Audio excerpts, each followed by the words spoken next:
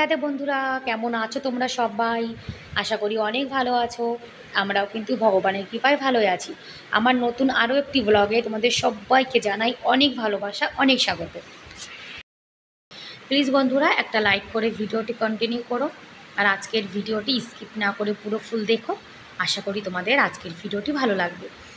আমি কিন্তু অনেক সকাল সকাল ঘুম থেকে উঠেছি। ঘুম থেকে উঠে আশিবাসি কাজ আমার সবই কিন্তু হয়ে গেছে। আর এখন এই যে একটু ধীরে সুস্থে ব্রাশ করে নিচ্ছি। আর সকাল সকাল ঘুম থেকে উঠলে দেখবে ঘরের কাজগুলো কিন্তু অনেক তাড়াতাড়ি হয়ে যায়, আর গরমটাও কিন্তু অনেক কম লাগে। তারপরে আমি স্নান করে চলে এসেছি। আর আমি এখানে আসার পরে ময়ূর আর ময়ূরী ওরা কিন্তু দানা খাচ্ছিল গমের, ওরা উড়ে চলে গেছে। আর এই যে পাঁচিলটা দেখছো, এখানে কিন্তু প্রতিদিন আমার বর গমের দানা দেয়। আমরা রেশন থেকে যে গম পাই সেই গমগুলোকে ছোট ছোট টুকরো করে মেশিন থেকে পিষে আনা হয়।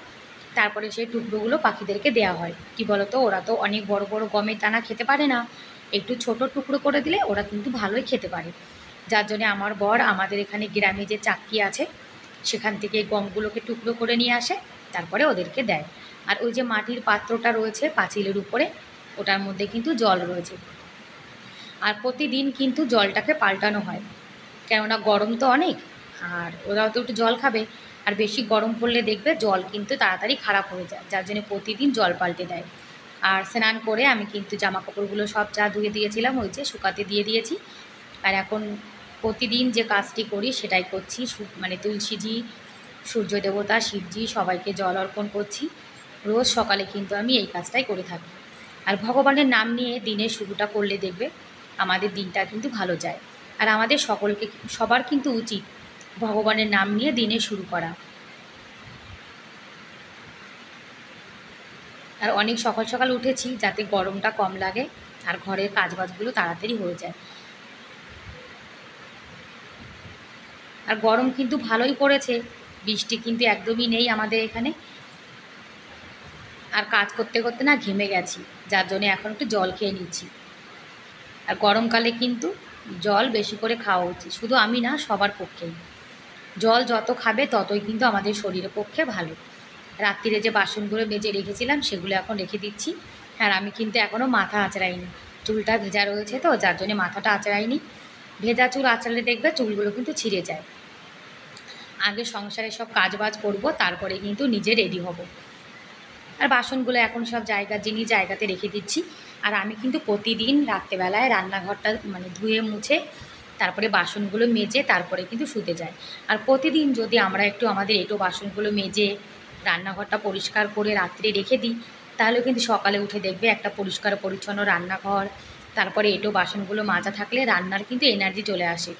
আর ঘুম থেকে উঠে জানো তো কোনো কাজ তো করতে ইচ্ছা করে না, তারপরে যদি চোখের সামনে অনেক এঁটো বাসন থাকে তখন দেখবে একদম কিন্তু ভালো লাগে না।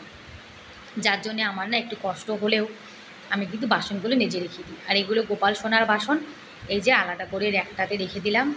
আমাদের নিরামিষ আমিষ সব বাসন কিন্তু আলাদা করা। আর এই কিচেন র্যাকটা কিন্তু এই পাশটা ছিল, আর এখন এই পাশটাতে রেখে দিয়েছি।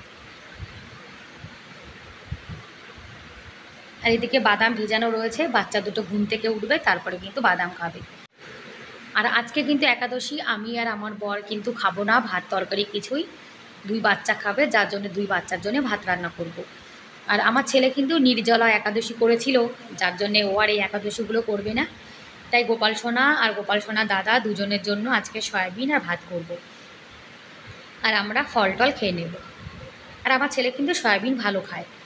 আর কি জানো তো, যেদিন একাদশী থাকে সেদিন আমি আমার ছেলের পছন্দের রান্নাবান্না করি যাতে ও খায়। যদি ওর পছন্দ রান্না না হয় তাহলে না ও খেতে যায় না। আর যেদিন আমরা খালি পেটে থাকি সেদিন যেন তো মনে হয় যে কতদিন খাইনি। আমরা যদি একবেলায় না খাই দেখবে ভালো লাগে না, তারপর যদি সারাদিন কিছু না খাই তাহলে কিন্তু ভালোই লাগে না। কিন্তু আমাদের জানো তো একাদশী করতে করতে না অভ্যাস হয়ে গেছে। আর আমার ছেলে জানো তো এমন একটা হয়েছে, প্রত্যেক একাদশী করতে চায় না, বলে আমি নির্জলা একাদশী করব, আমি একবারে কিন্তু সব ফল পেয়ে যাব। যার জন্য নির্জলা একাদশী করে, সেদিন কিন্তু জল টল কিছুই খায় না। আর এই যে রান্না টান্না সব বসিয়ে দিয়েছি, ছেলের কিন্তু এখন স্কুলের ছুটি চলছে। এখন তো আমাদের এখানে ভীষণ গরম, যার জন্য স্কুলটা কিন্তু আরও ছুটি বাড়িয়ে দিয়েছে। আর কলকাতার দিকে তো ভালোই বৃষ্টি হচ্ছে, কিন্তু আমাদের এখানে একদমই বৃষ্টি নেই। হিটারটা কিন্তু অন করে দিয়েছি, হিটারে সয়াবিন রান্না করব। আর এই যে ইন্ডাকশানে ভাতটা বসিয়ে দিয়েছি, ইন্ডাকশানে ভাত করব আর হিটারে তরকারি করব। তাহলে কিন্তু আমার গ্যাসটা অনেকটা বেঁচে যাবে। আর যখন কারেন্ট থাকে তখন জানো তো আমি মানে যতটা সম্ভব হয় কারেন্টে রান্নাবান্না করার চেষ্টা করি। তাহলে আমার গ্যাস কিন্তু অনেকটা মানে বেঁচে যায়, অনেক দিন পর্যন্ত চলে। আমার একটা সিলিন্ডারে কিন্তু যদি মানে ভালো কারেন্ট আসে 2 মাস, তাহলে আমার একটা সিলিন্ডারে 5-6 মাস কিন্তু চলে যায়। কেননা সব কিছু তো আমি ইন্ডাকশানেই করি, যার জন্য। আর আদা জিরে শুকনো লঙ্কা বাটা দিয়ে 2 বাচ্চার জন্য সয়াবিন করছি। আর যখন থেকে আমাদের বাড়িতে গোপাল সোনা এসছে তখন থেকে কিন্তু আমাদের মানে কি বলবো, যেটুকু ভক্তি হয়েছে শুধুমাত্র গোপাল সোনার জন্যই কিন্তু হয়েছে। গোপাল সোনা আসার পরে কিন্তু আমাদের জীবন অনেক পাল্টে গেছে, জানো তো। এই যে আমার ছোট্ট গোপাল সোনা ঘুম থেকে উঠে গেছে, এখন আমার গোপাল সোনাকে স্নান করানো হবে। আমার গোপাল সোনা ঘুম থেকে উঠে কিন্তু স্নান করে। আর এই যে বড় গোপাল দেখো, বড় গোপাল এখনও ঘুমিয়ে রয়েছে, ওকে ডেকে ডেকে তুলতে হবে। এদিকে রান্নাও কিন্তু হয়ে গেছে, সয়াবিন আর ভাত।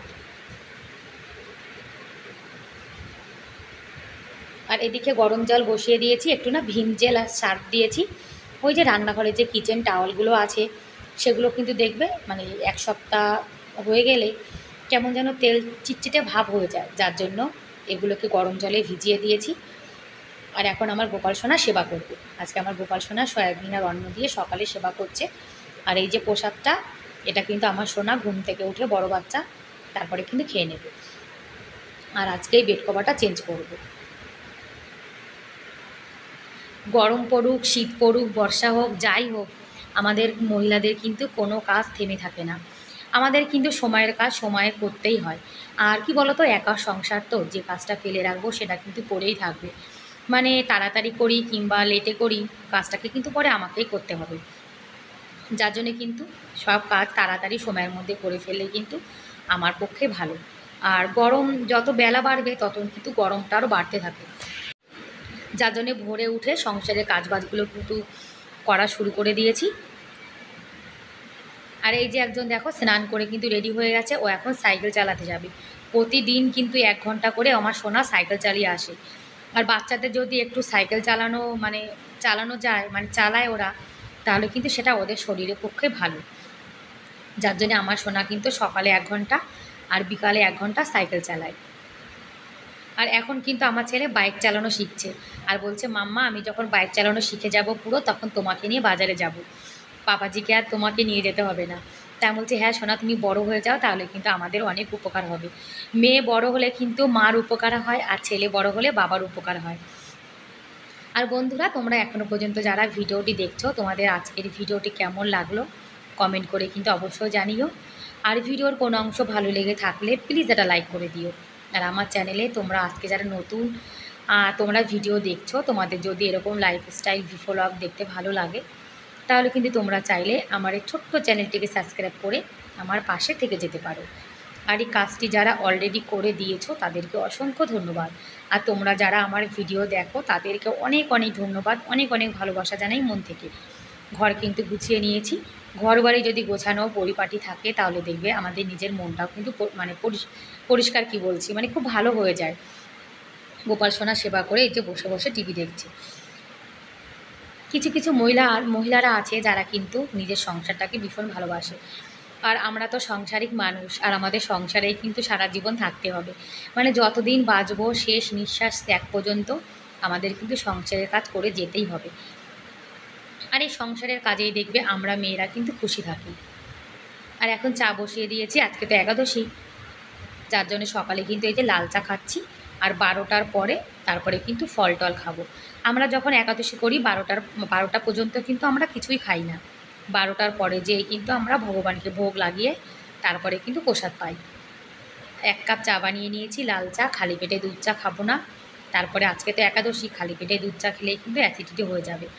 আর 1 কাপ চা বানিয়েছি শুধুমাত্র আমার জন্য, আর আমার বর কিন্তু চা খায় না। এদিকে গ্যাস ওভেনটাও কিন্তু পরিষ্কার করে নিয়েছি। আর রান্নাঘর কিন্তু আবার পুরনো জিনিস দিয়ে রান্নাঘরটাকে সাজিয়ে নিয়েছি। এটাকে কদিন না সরিয়ে রেখেছিলাম, তারপরে কিন্তু আবার রেখে দিয়েছি। আমি 3-4 দিন হয়ে গেছে শুধু রান্নাঘরটা মানে বারবার ডেকোরেশনটা চেঞ্জ করছি। আর কাচের গ্লাসগুলো এখানেই রেখে দিয়েছি। এই র্যাকটা জানো তো অতটা কিন্তু মজবুত না, একদম হালকা, এতে কোনো ভারী জিনিস একদমই রাখা যাবে না। আর বাচ্চা কাচ্চার জন্য এই যে রেখে দিয়েছি ভাত তরকারি। রান্নাঘর গোছানো গাছানো পরিপাটি থাকলে দেখবে রান্নাবান্না কিন্তু করতেও ইচ্ছা করে। আর একটাও কিন্তু পাল্টে দিয়েছি।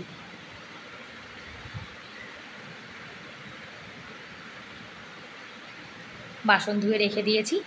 আর আজকে না কিছু জমানো কাজ রয়েছে, সেগুলো করে নিচ্ছি, কেননা আজকে তো আমরা খাওয়া দাওয়া করবো না।